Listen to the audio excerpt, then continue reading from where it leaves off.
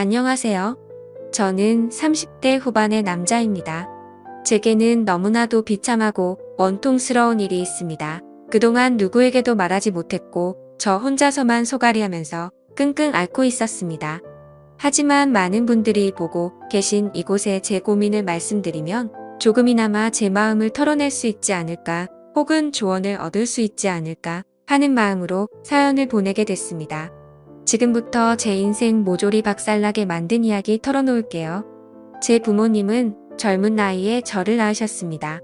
어머니가 20살이셨고 아버지가 21살 때 저를 낳으셨다고 하더군요. 원래는 그때 당시 밤낮으로 바쁘게 장사를 하고 있던 시기여서 저를 의도적으로 낳으려고 했던 건 아니었다고 합니다. 그렇게 계획도 없이 갑작스럽게 저를 임신하셨고 저를 낳게 되었습니다. 저는 바쁜 부모님을 대신해 어릴 때부터 성인이 될 때까지 할머니 손에서 자랐습니다. 그래서 저는 부모님보다는 사실 할머니를 부모님처럼 모시며 커왔었고, 제게는 누구보다도 부모님 두 분의 사랑이 애틋했습니다. 그나마 어머니는 최대한 시간을 내서 저와 놀아주셨지만 무뚝뚝한 아버지와는 일반적인 가정에 비하면 조금은 더 어색한 사이였죠. 게다가 부모님과 제 나이차가 많이 나지 않다 보니 학창시절에 어딜 가서 제 나이 듣고 부모님 나이 들으면 다들 놀라워하시곤 했습니다. 그땐 몰랐습니다. 젊은 부모님을 가지고 있다는 게 이런 비극의 시초가 될 줄은 꿈에도 생각하지 못했습니다. 아무쪼록 저는 고등학교를 졸업하자마자 우연치 않게 아는 분의 소개로 뱃일을 시작하게 됐습니다. 제 직업의 특성상 한번 배를 타고 바다를 나가면 짧게는 3개월 정도 걸렸고 길게는 반년 이상 바다에 나가고는 했습니다.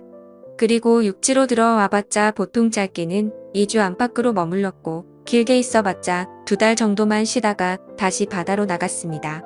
이러한 부분들이 조금은 힘들 때도 있었지만 사람은 익숙함이 무섭다더니 계속해서 하다 보니 힘든 것도 잘 모르겠더라고요.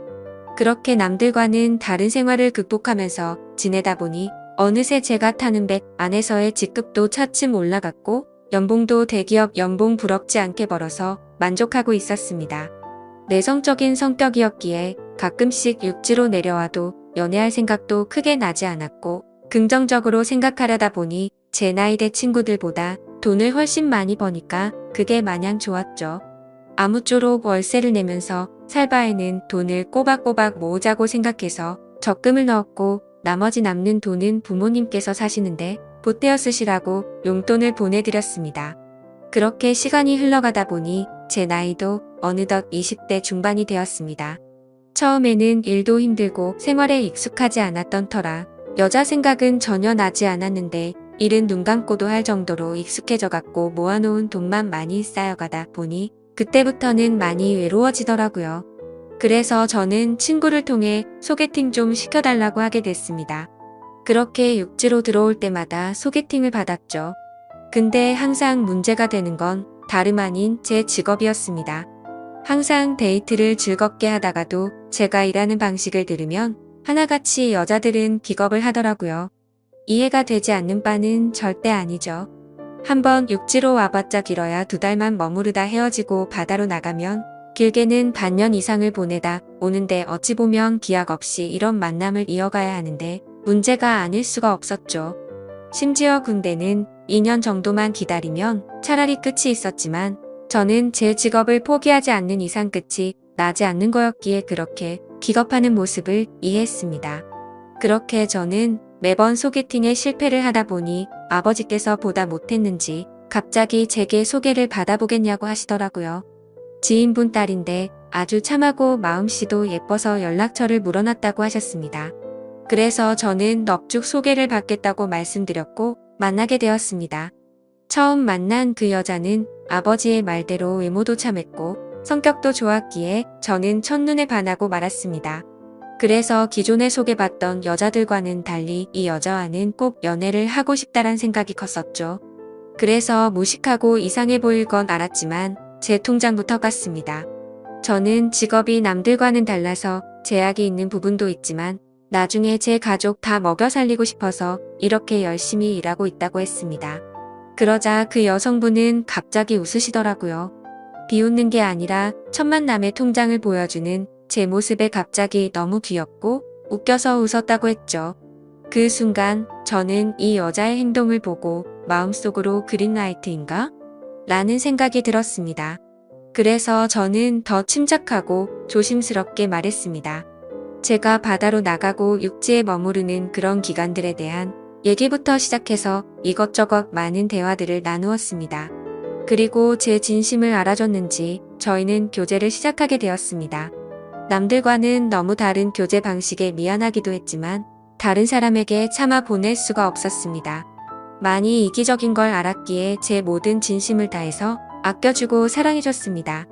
그래서 아내와 1년 정도 사귀었을 무렵 저는 아내에게 프러포즈를 하게 됐습니다. 못난 저 때문에 이렇게 제약적인 만남을 해주는 것도 미안한데 고생하는 모습 보고 싶지 않다고 했습니다. 처가댁은 저희 집과 마찬가지로 돈이 많거나 그런 건 아니었습니다. 평범하게 직장 생활을 하고 계신 장인어른과 가정주부로 살아오신 장모님이셨죠. 그리고 제 아내는 공부에는 별 관심이 없었지만 지방 대학을 나와서 중소기업에서 격리로 일을 하고 있었습니다. 근데 회사에서 집까지 왕복 2시간이 넘게 걸리는 거리라 늘 마음이 쓰였습니다. 그래서 저는 그런 아내를 더 편하게 해주고 싶은 마음과 평생을 함께하고 싶은 마음에 결혼하자고 하게 되었던 거죠. 하지만 예상대로 아내는 쉽사리 수락을 하지 않았습니다. 제가 싫지 않고 만나서 함께 있으면 너무 행복하고 좋은데 바다로 한번 나가면 너무 오랫동안 못 보는 게 어느 정도 걸린다고 하더라고요. 근데 평생 그럴 걸 생각을 하니 생각할 시간이 필요할 것 같다고 했습니다. 그래서 저는 지금처럼 연애를 하면 내가 육지로 나와서도 우리는 약속 시간을 정해서 서로 만나고 또 다시 집으로 헤어지고 하는 걸 시간이 아깝지 않냐고 했습니다. 함께 같이 살면서 조금이라도 더 오랫동안 계속 붙어 있는 게 좋지 않겠냐고 말했죠. 그리고 제 진심을 담아서 말했습니다. 출퇴근하느라 고생하는 것도 그만했으면 좋겠고 하루라도 빨리 우리를 닮은 아기를 낳아서 더 행복한 가정 만들고 싶다고요. 그러자 아내는 고민 끝에 결국 제 프러포즈를 수락해줬습니다. 그렇게 저희는 서둘러서 양가 어른분들을 모시고 상견례를 마쳤고 다음에 육지로 돌아왔을 때 결혼하기로 날짜까지 정하게 됐죠. 참으로 미안했습니다. 제가 신혼 준비를 도와주지 못해서 아내는 제 어머니와 같이 대부분의 결혼식 준비를 함께 하게 되었고 그러는 과정에서 친엄마 친딸처럼 친해졌더라고요. 그래서 저는 아내와 상의 끝에 저희 부모님을 모시고 함께 지내기로 했습니다. 아무래도 제가 자리를 비운 사이 혼자 쓸쓸히 지낼 아내를 생각하니 마음이 쓰이더라고요. 그렇게 저희는 결혼식을 하게 되었고 참 감사하게도 저희는 허니문 베이비가 생기게 되었죠. 저는 바다에 나가 있었고 아내의 임신 소식을 듣자마자 너무 신이 나서 같이 일하는 동료들에게 실컷 자랑을 했고 참 많이 행복했습니다. 저는 기대에 부풀어 행복한 가정을 꿈꾸며 열심히 돈 벌자라는 마음으로 즐겁게 뱃생활을 했습니다. 그렇게 시간은 흘렀고 제 아내는 세상 누구보다 예쁜 딸아이를 출산하게 됐죠. 정말 어릴 적부터 꿈꾸던 가정을 만들고 있는 것 같아서 눈물나게 행복했고 제 인생에 아내와 딸만 있으면 그 어떤 일도 다 할 수 있겠다고 생각했습니다. 그리고 앞으로 아이가 생겼는데 분가를 하는 게 좋을지 물었습니다. 아내는 제 말처럼 혼자 지냈으면 무섭고 외로웠을 것 같다며 부모님과 지내는 게 지금은 생각보다 좋다고 만족해 하더라고요. 저희 부모님도 아내가 참 예쁘고 일도 잘해서 너무 사랑스럽다고 칭찬 일색이셨고 같이 지내면서 손주도 보면 좋을 것 같다고 하셨습니다. 그렇게 저는 모든 것이 다 완벽하다고 느끼고 있었습니다. 하지만 그 완벽한 날들은 오래가지 못했습니다. 정말 슬프게도 제 어머니가 갑작스럽게 교통사고로 돌아가셨습니다. 길을 가다가 급히 무단횡단을 하시다가 달려오던 차에 치여서 세상을 떠나시게 된 거죠. 그때는 어머니를 잃은 슬픔에 잠겨 다른 생각들은 전혀 할 수가 없었습니다. 그로 인해서 앞으로 벌어질 비참한 비극은 생각조차 못했습니다. 어머니를 잃은 슬픔에 잠시 일을 쉬었고 저는 다시 저희 가정을 먹여 살리기 위해 다시 배를 타기 시작했습니다. 그래서 그날부터 저희 집에는 제 아버지와 아내 그리고 딸아이만 있었죠. 어머니를 잃게 됐지만 아버지는 생각보다 괜찮으셨고 제 아내는 우울 증세가 올 정도로 많이 슬퍼했습니다. 친엄마처럼 따르고 지냈었기에 정말 많이 힘들어 하더라고요. 그래서 저는 아내가 걱정되어서 시간이 날 때마다 연락을 했고, 아내는 걱정 말라며 괜찮게 지낸다며 시아버지 또한 잘 지내고 있다고 하더군요. 그런 모습에 저는 점점 아내의 우울 증세가 나아지고 있구나 하고 안심을 했습니다. 그렇게 제 어머니가 떠나가신 지 1년이란 시간이 지났습니다. 제가 다시 바다로 떠난 지 얼마 안 되어서 아내는 임신을 했다고 연락이 왔습니다. 그때도 첫 아이를 가졌을 때처럼 저는 정말 미친 듯이 기뻤습니다. 하늘나라로 가신 어머니가 저희 슬프게 지내지 말라고 선물로 아이를 보내줬다고 생각했습니다. 그날은 어머니 생각이 더 많이 나서 눈물로 밤을 지새웠던 것 같아요. 시간이 또 빠르게 흘러갔고 제 아내는 둘째로 사내 아이를 출산하게 됐습니다. 저는 제 어깨가 더 무거워졌지만 행복했습니다. 사랑하는 아내와 제 2명의 자식들을 위해선 못할 게 없었으니깐요. 이 세 사람을 제 인생의 축복이라고 생각하고 사명감을 갖고 더욱 열심히 살았습니다. 그런데 뭔가 이상한 점이 분명히 있었습니다. 제가 한 번씩 육지에 머무를 때를 생각해보면 아버지는 둘째 아들을 유독 좋아하셨습니다. 첫째 손녀를 낳았을 때는 보여주신 적 없던 모습들을 종종 보여주셔서 뭔가 이상했죠. 손녀 때는 그냥 좀 시큰둥하시던 분이 둘째는 너무 사랑스럽게 대하시기에 저는 단순히 딸이 아니라 사내 아이라서 저렇게 좋아하시는 건가 라고 생각했었습니다.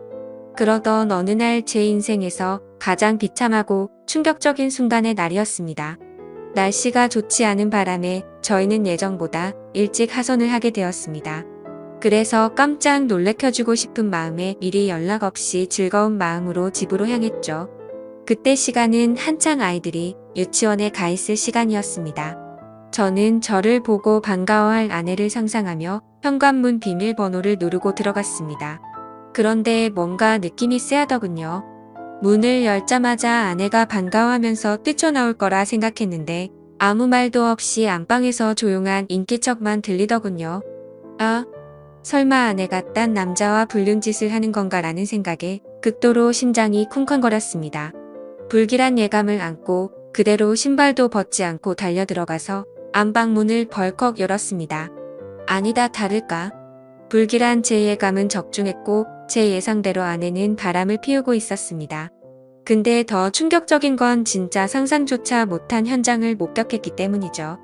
저는 아내가 바람을 피워서 다른 남자를 집안에 끌어들였구나 생각만 했지 제 아내와 함께 있었던 상대가 제 아버지일 거라고는 감히 상상조차 하지 못했습니다. 안방문을 여니 아버지와 아내는 다급하게 옷을 입고 있었고 저와 눈이 마주쳤는데 저는 정말 어떤 심정이 들었을까요? 너무 충격을 받은 저는 그 자리에서 주저앉았습니다. 생전 처음 알았습니다. 사람이 얼마나 충격을 받으면 주저앉는지를 말이죠. 멍하니 넋없이 아무 말도 못하고 있었습니다. 조금 뒤에 아버지라는 가면을 쓴 그 인간은 아무 말도 안 하고 도망치듯이 집 밖으로 나가버리더군요. 그리고 제 아내는 옆으로 다가와서 미안하다며 한 번만 용서해달라고 빌고 있는데 그때 기분은 너무 불쾌해서 목소리조차 듣기가 싫더라고요. 제 옆에서 울면서 아내는 제게 말했습니다. 시어머니가 돌아가시고 너무 우울해서 매일같이 너무 슬펐다고. 근데 제가 옆에 없으니까 병원까지 다닐 정도로 심해졌답니다. 그렇게 외로움이 극에 달했을 때 아내는 시아버지와 매일같이 술을 마시게 됐고 어느덧 술 기운에 자신도 모르게 실수를 하게 되었고 그 이후로는 누가 먼저라고 할 것도 없이 자연스럽게 이런 관계가 됐다고 했습니다. 당연히 이런 말도 안 되는 상황이 잘못된 건 알고 있었고 잘못된 상황을 바로 고쳐보려고 노력을 해봤었답니다. 하지만 아무리 노력해봐도 이미 엎질러진 물은 수습이 되지 않았다네요.